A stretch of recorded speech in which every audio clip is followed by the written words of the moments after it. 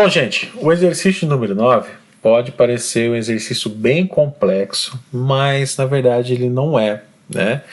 Quando você entende, né, o princípio e o mecanismo da fórmula, tá?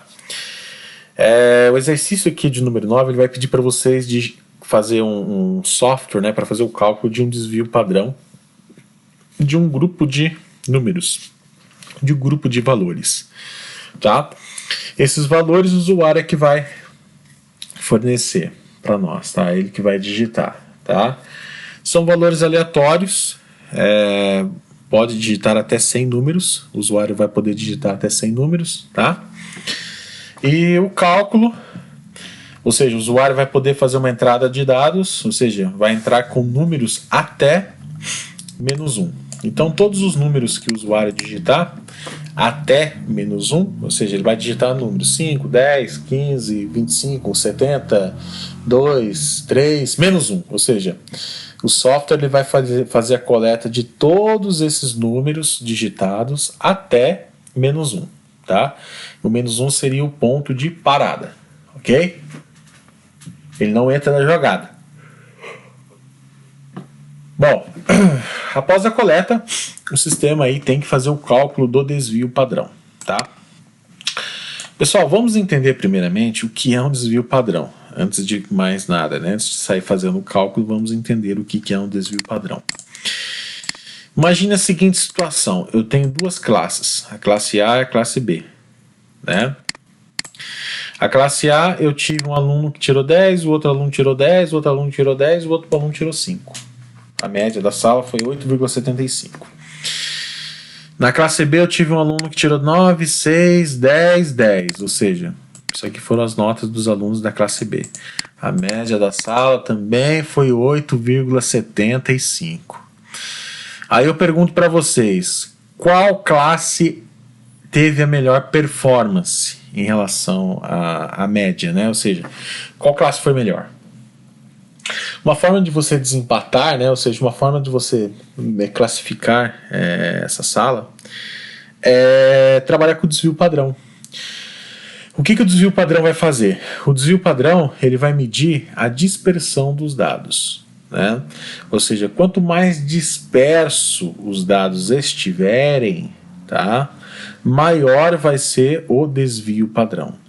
Quanto mais agrupados, quando eu falo agrupados, gente, por exemplo assim, o que seria um desvio padrão, né, perfeito? Seria a classe tirar 10, 10, 10, 10, ou seja, tudo bala, né? Por exemplo aqui, se eu vier aqui e colocar um exemplo aqui, ó, 10, olha só. Então se a classe tirar 10, 10, 10, o desvio padrão é 0. Por quê?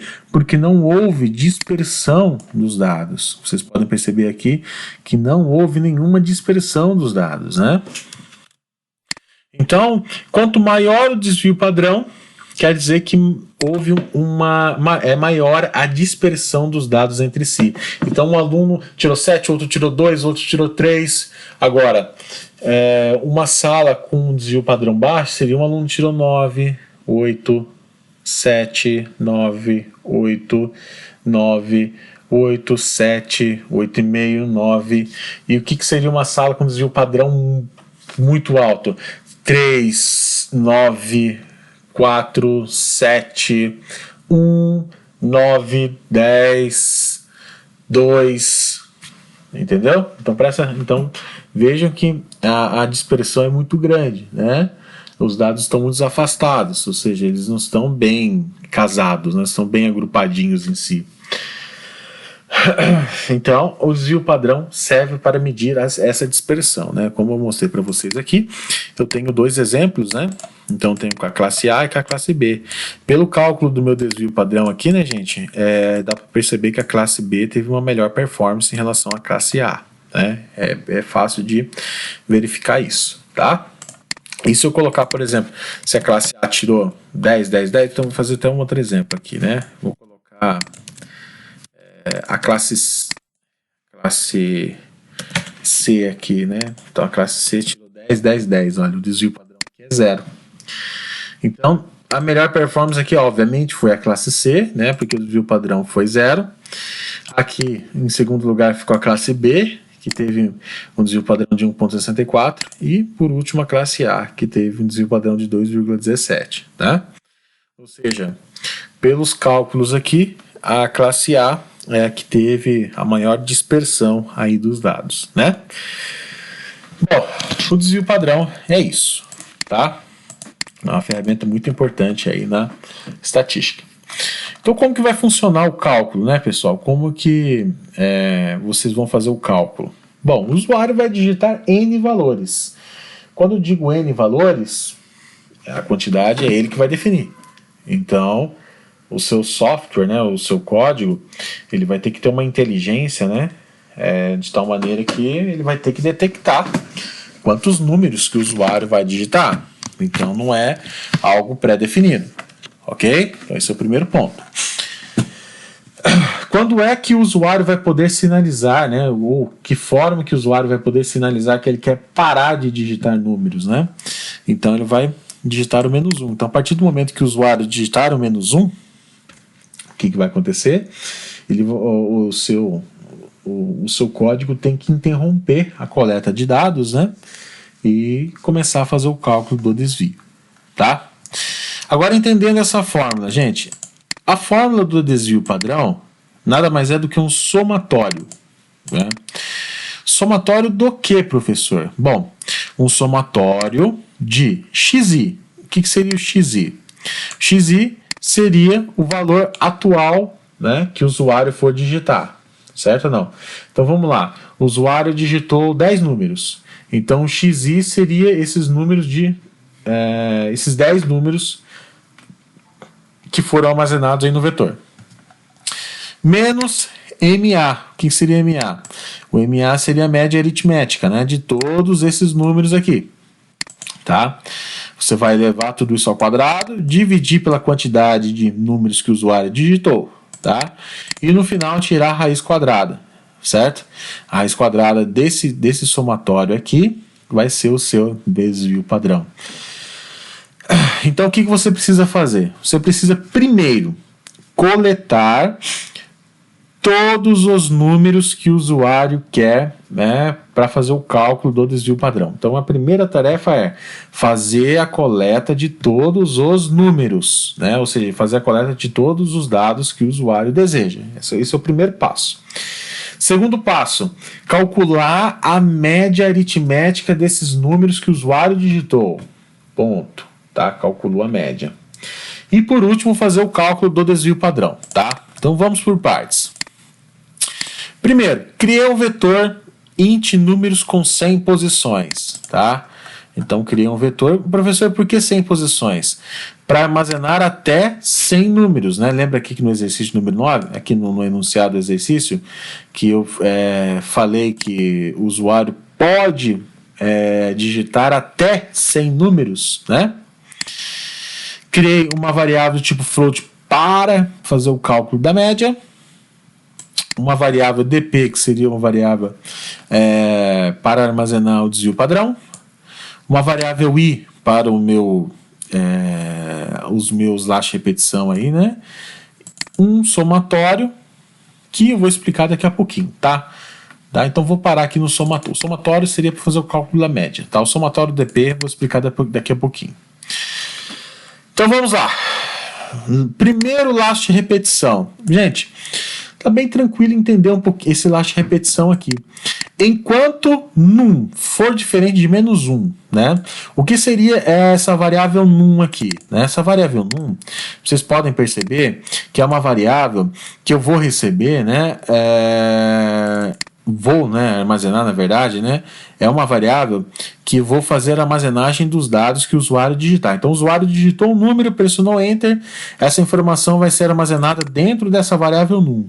Então, se essa variável num for diferente de -1, por que diferente de -1? Porque o -1 aqui é a informação para parar, ou seja, para parar de fazer a coleta. Então, se for diferente de -1, o que eu faço? Eu armazeno essa informação no vetor. né? E eu tenho que ter aqui um i mais mais, né, gente? Independente se é um last repetição while ou um for, você precisa ter uma variável para incrementar, né? O last repetição gosta muito de trabalhar com uma variável de incremento, né? Então vamos lá. O usuário digitou um número. Esse número foi armazenado na variável num, certo? O que o usuário acabou de digitar é diferente de -1? Bom, se for diferente de -1, eu vou armazenar essa informação no vetor. Em qual posição? Na posição i. A minha posição i vai começar com 0, né? Então, na posição 0 eu vou receber num, vou incrementar, né? Vou para a posição 1 do vetor agora, né? E vamos lá. Bom, vamos supor que o usuário digitou 50. Então, na posição 0 do vetor foi armazenado 50. 50 é diferente de -1? É. Então, vamos lá. Digite o número. O usuário digitou 20, por exemplo. Então, 20 vai ser armazenado na variável num. 20 é diferente de -1. Sim, é verdadeiro aqui, né? Então, o vetor na posição 1 recebe 20. Né? O 1 incrementa. Então, o i passa a valer 2. Né? Então, continua. Ok? 20 é diferente de -1? É. Então, coleta novamente a informação do usuário, armazena na variável num. Então, vamos supor que ele digitou 30. 30 é diferente de -1? É. Então, num na posição 2 agora recebe essa informação e assim por diante, tá? Até que o usuário vai digitar, por exemplo, a informação -1. Quando o usuário digitar o -1, ele não vai satisfazer essa condição desse if, portanto, não vai armazenar as informações no vetor e ele vai quebrar aqui a condição do last repetição e vai sair fora, ou seja, vai parar, né, de executar as instruções aqui dentro. Então, o usuário digitou -1, ele vai sair fora do last repetição, ou seja, enquanto o usuário digitar informações diferentes de -1, ele vai estar executando todo esse processo aqui. Esse processo é o que, pessoal? Esse processo nada mais é do que coletar a informação, né, pedir para o usuário digitar um número e armazenar essa informação no vetor. E além disso, né, ir incrementando uma variável do tipo i, ou seja, aqui eu estou fazendo dois processos. O primeiro processo é coletar a informação do usuário, armazenar no vetor, e o segundo processo eu estou contando quantos números o usuário está digitando, ou seja, essa minha variável i aqui, ela vai receber a quantidade de números que o usuário digitou, tá? Por isso que tem que ser um while, né, gente? Tem que ser um while, mas um last repetição dessa forma. Por quê? Porque é um valor, porque eu não sei quantos números que o operador do software, né, vai desejar calcular, né, ele quer fazer um cálculo de desvio padrão. Então, eu não sei quantos números ele deseja inserir, ou seja, não sei quantos números ele deseja alimentar o sistema. Então, tem que colocar uma condição quanto dessa forma, ou seja, enquanto ele digitar valores diferentes de -1, o sistema vai executando o processo, vai armazenando no vetor e vai incrementando o i. A partir do momento que ele digitou a informação -1, ele sai fora do laço. Aí eu já tenho o meu vetor totalmente preenchido e a minha variável i com a quantidade de números, né, que o usuário digitou. Tá? Bom, no segundo last repetição aqui, gente, eu faço o cálculo do somatório, né, gente? Por quê? Porque eu vou precisar da média, né? Então, por exemplo, esse valor xi aqui, que seria o valor na posição do conjunto de dados, ou seja, são todos os valores que o usuário digitou. Todos os valores que o usuário digitou aqui, você já tem. Então, esse primeiro last repetição while aqui, você já executou, já tem tudo pronto, né? Então, nesse primeiro last repetição while aqui, ele já foi responsável por coletar todas as informações de todos os números que o usuário digitou e armazenar no vetor. Ponto final. Então, essa informação aqui, que é o xi, você já tem, né? Esse xi aqui nada mais é do que todos os números que o usuário deseja fazer o cálculo, né, do last repetição, ou seja, o conjunto de dados. Agora nós precisamos entender... e temos também o N, né? O que é o N? O N é a quantidade de números que o usuário digitou, ou seja, a quantidade de dados que o usuário deu entrada aí, né? Então, nesse caso aqui, lembre que o if fez um incremento. Então, se o usuário digitou, por exemplo, 5, 4, 3, 1, por exemplo, e menos 1, ele deu entrada em 4 números, né? Então, meu i aqui vai passar a valer 4. Então, esse meu N aqui, eu também já tenho essa informação. Essa informação aqui é o meu I, tá? Então, eu já resolvi duas partes, já resolvi duas incógnitas aqui, né? Eu já tenho, já descobri duas incógnitas aqui da minha equação, tá? Agora, falta descobrir o que é o meu MA, que seria a média aritmética, né, dos dados. Gente, como é que eu faço o cálculo da média? Bom, pego um laço de repetição, o meu laço de repetição vai começar com 0, vai até quanto? Até i. Por que i? O i não é a variável que determinou para você quantos dados, ou seja, quantos números que o usuário digitou? Sim, então você vai ter que fazer uma varredura no vetor baseado na quantidade de números que o usuário digitou. Então, se o usuário digitou 5 números, né, tirando menos 1, tá, gente? O vetor, o i vai passar a valer 5 e o seu laço de repetição tem que ser executado 5 vezes, tá? Então, tudo vai ser controlado pelo i agora. Por quê, gente? Porque o i é o cara que vai determinar a quantidade de dados, né, que o usuário fez a entrada. Bom, então nesse laço de repetição aqui agora eu fiz um somatório. Então eu peguei lá somatório, criei uma variável do tipo int aqui escrito somatório, inicializei com 0, né? Somatório recebe o quê? Somatório mais número na posição y, ou seja, eu estou fazendo a varredura em todos os números digitados, né, que foram armazenados, né, no vetor números, e armazenando, somando tudo e armazenando nessa variável somatório. Depois que eu fiz o cálculo aqui do somatório, eu tenho esse resultado, né, eu faço o cálculo da média, porque a média nada mais é do que somar todos os valores e dividir pela quantidade de dados, né, quantidade de dados eu já tenho, que é o meu i, e a soma total também já tenho, então para calcular a média fica fácil, né, é só pegar o somatório e dividir pelo i. Pronto. Já resolvi também mais um BOzinho aqui da minha fórmula, né, que é a minha média aritmética. Agora é só fazer o cálculo, né, gente? O cálculo aqui nada mais é do que um somatório. Então, qual é esse somatório? Bom, o somatório pega todos os valores digitados, né? Então, pega lá, primeiro valor do vetor números, subtrai pela média, eleva ao quadrado, o resultado, né, dessa subtração. Depois que você fez depois que você calculou essa subtração e levou ao quadrado, o resultado disso daqui você divide pela quantidade de dados que o usuário digitou.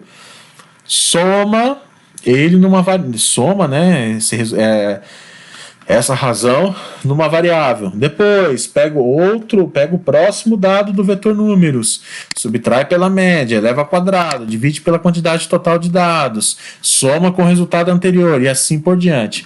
Aí no final você vai ter um somatório, né, a somatório total disso daqui, você tira a raiz, e a raiz desse somatório é o seu desvio padrão, propriamente dito, né? Então olha só o que eu fiz aqui, ó. Criei mais um laço de repetição, certo? Esse meu laço de repetição vai até o i, né? Por que o i? Porque, como eu falei para vocês, o i determina a quantidade de dados que o usuário digitou, né, gente? Ele começa aqui em cima, ó. Por isso que eu coloquei i++ aqui.